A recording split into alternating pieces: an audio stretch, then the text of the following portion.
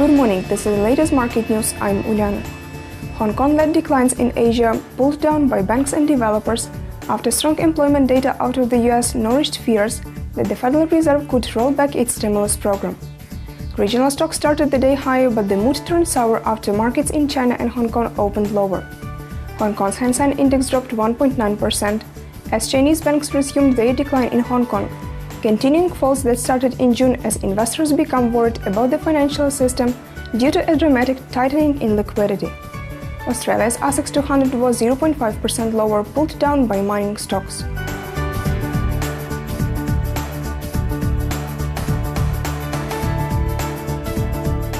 Job growth in the US was better than expected in June according to monthly non-farm payrolls data, which was released Friday after Asian markets closed. The world's largest economy added 195,000 jobs last month, higher than the 160,000 expected by economists, while the employment rate held steady at 7.6%. The labor report resulted in a fresh round of dollar strength, with the greenback pushing 1.2% higher against the yen on Friday.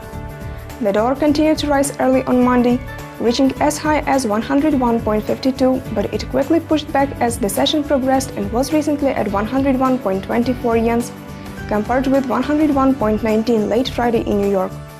The Australian dollar also continued to drop against its US counterpart, recently at 0.9050.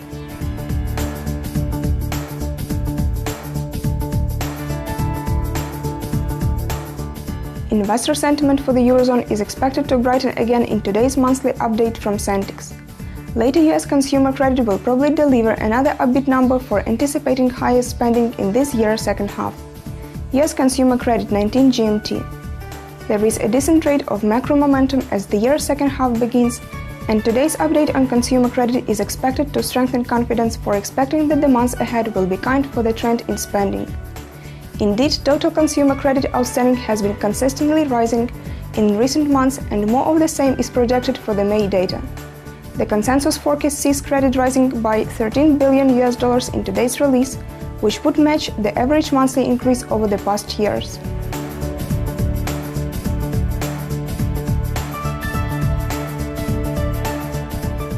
It was the latest market news provided by ICO FX. Goodbye.